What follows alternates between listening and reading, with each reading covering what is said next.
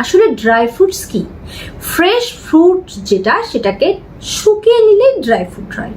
এখন হার্টের জন্য কোন ধরনের ড্রাই ফ্রুটসগুলো ভালো আর কোন ধরনের ড্রাই ফ্রুটস খারাপ তা অনেকে আমরা বুঝতে পারি না। যেমন আমরা সকলেই বলি যে কাজু বাদাম, কাঠবাদাম, আখরোট এগুলো খাওয়া খুব ভালো হার্টের জন্য। অনেকেই হার্টের স্বাস্থ্যের চিন্তা করে এই বাদামগুলো নিয়মিত খাচ্ছেন। কিন্তু এখন প্রশ্ন হলো যে অনেকেই যারা হার্টের দুরারোগ্য ব্যাধিতে ভুগছেন তাদেরকে আবার এই বাদামগুলো খেতে নিষেধ করে দেওয়া হচ্ছে। এখন তারা বুঝতে পারছেন না যে তারা তাহলে কি করবেন, এই বাদামগুলো খাবেন নাকি ছেড়ে দেবেন, বা এই বাদামগুলো না খেলে কি তাদের হার্টের কোনো ক্ষতি হবে। আসলে ব্যাপারটা কি? কথা বলছি আমি শ্রাবণী প্রামাণিক, একজন সার্টিফাইড আয়ুর্বেদিক চিকিৎসক। আজকে আপনাদেরকে এই হার্টের জন্য গুরুত্বপূর্ণ 3টি বাদাম নিয়ে কথা বলবো। হার্টের জন্য গুরুত্বপূর্ণ এবং একই সঙ্গে হার্টের রোগীদের জন্য ক্ষতিকর। কনফ্লিক্টটা এখানেই।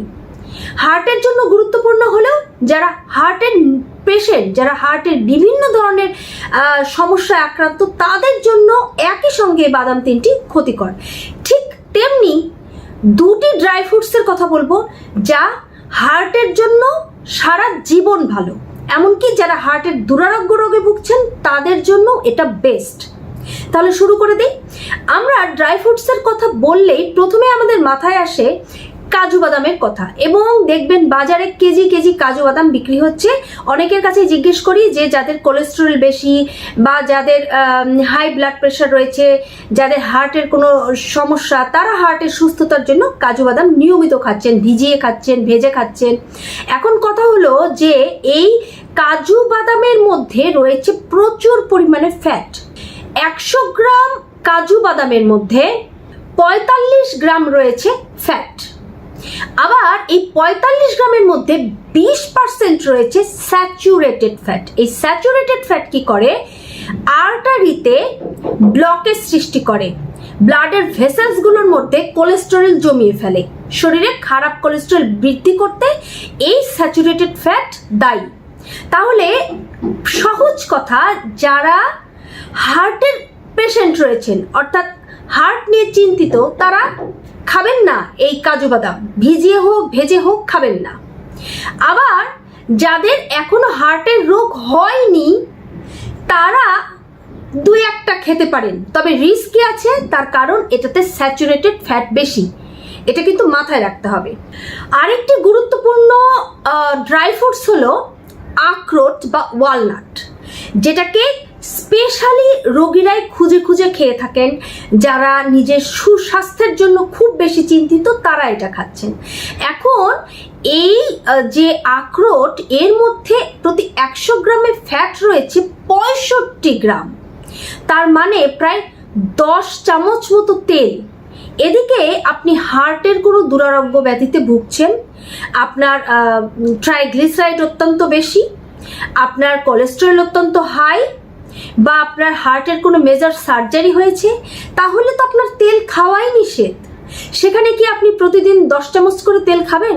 বা আপনি যদি দেখেছেন তো যে আখরোট বেশ বড় হয়ে থাকে, সেক্ষেত্রে কয়েকটা নিলেই কিন্তু 100 গ্রাম হয়ে যায়। অনেকে 4-5টা আখরোট দিনে খেয়ে ফেলেন ভালো বলে, তো অবশ্যই আপনি খাবেন না। যদি আপনার এইচটিজি বেশি থাকে, ট্রাইগ্লিসারাইড বেশি থাকে, একদম খাবেন না। যদি হার্টের কোনো মেজর অপারেশন হয়ে থাকে, একদম খাবেন না।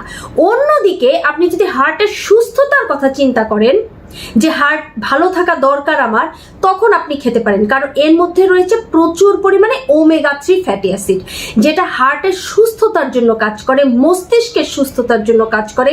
প্রচুর পরিমাণে ক্যালসিয়াম আছে, ভিটামিন আছে, মিনারেল আছে, খেতে পারেন। কিন্তু হার্টের রোগী হলে আর খাবেন না। অন্যদিকে আমন্ড বা কাঠবাদাম ভীষণ পরিচিত এবং ভীষণ জনপ্রিয়। প্রায় অধিকাংশ মানুষই যারা সুস্বাস্থ্য নিয়ে ভাবছেন তারা কাঠবাদাম ভিজিয়ে খেয়ে থাকেন।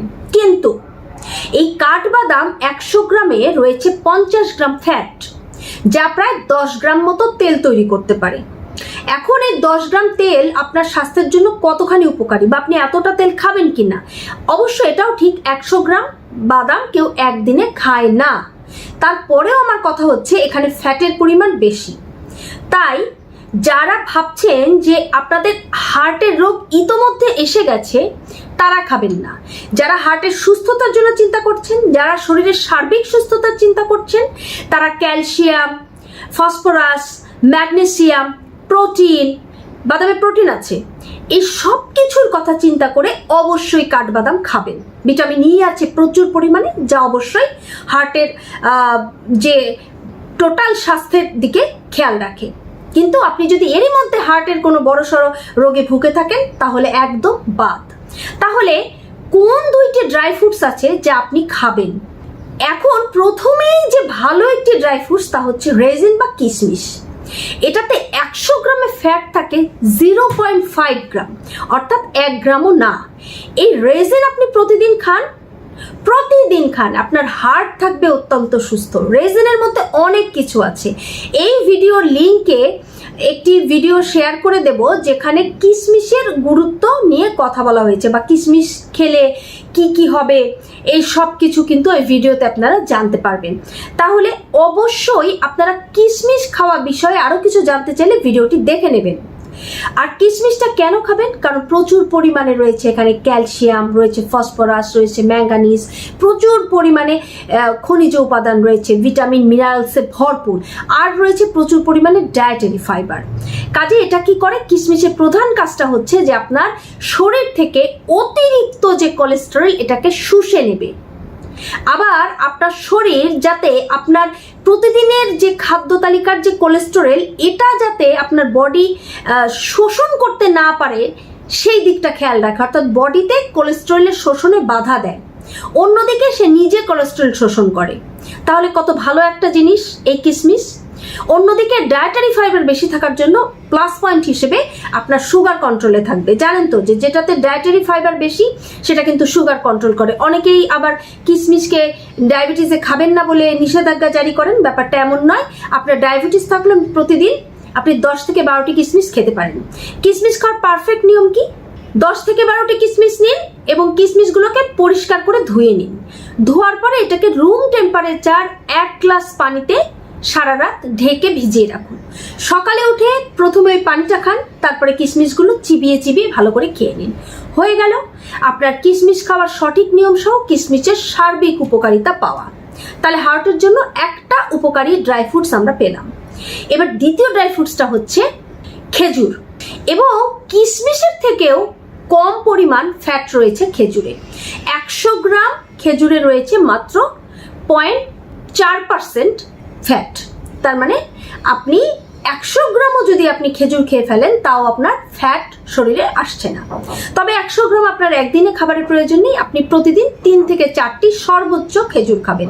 এই খেজুরটা কেনার সময় ভালো করে দেখে কিনবেন, কারণ বাজারে বহু ধরনের খেজুরের নামে বিক্রি হয় যেগুলো আসলে খেজুর না। এখানে গুড় বা চিনির মিশ্রণ, অনেক কিছু মিশিয়ে বিভিন্ন ফলকে খেজুরে পরিণত করা হয়। তাই খেজুর কেনার সময় কনসাস থাকবেন। এই খেজুর আপনি যে কোনো কিছুর সঙ্গে খেতে পারেন। এখানে একটা বিষয় আপনাদের বলে রাখি, বোনাস হিসেবে শিখে রাখুন, তাজা ফল দুধ বা দইয়ের সঙ্গে খাওয়া আয়ুর্বেদ মতে বিরুদ্ধ আহার। অর্থাৎ খেলে আপনার গ্যাস, বদহজম, ব্লটিং বিভিন্ন সমস্যা হতে পারে। Any kind of fresh fruits কখনো দুধ বা দইয়ের সঙ্গে খাবেন না। কিন্তু ফ্রেশ ফ্রুটস আর ড্রাই ফ্রুটসের পার্থক্য কি? ড্রাই ফ্রুটস এবং ফ্রেশ ফ্রুটসের পার্থক্য শুধুমাত্র ওয়াটার কন্টেন্ট বা এই জলীয় অংশ, কিন্তু এর খাদ্যগুণ সম্পূর্ণ বজায় থাকে ড্রাই ফ্রুটসের মধ্যেও। জাস্ট যখনই আপনি এই অত্যাধিক জলীয় অংশ সহ কোনো তাজা ফল দিয়ে দুধ বা দই খাবেন তখন কি হবে? আপনার খাবারে অধিক পরিমাণ জলীয় অংশ ঢুকে গেল, যেটা আমাদের হজমের জন্য চরম ব্যাঘাত ঘটায়, অর্থাৎ হজম শক্তিকে একদম স্লো করে দেয়। তাই কখনোই ফ্রেশ ফ্রুটস দিয়ে দুধ বা দই খাওয়া উচিত নয়, কারণ এগুলো হজম হতে সময় লাগে। এগুলো বাই প্রোডাক্ট হচ্ছে ঠান্ডা প্রকৃতির, আবার অধিক জলীয় অংশ দিয়ে খেলে সেটা এরকম ঝামেলা করবে। তো যে ব্যাপারটা সেটা হচ্ছে আপনারা যে কোনো ধরনের ড্রাই ফ্রুটস দিয়ে দুধ দই খেতে পারেন।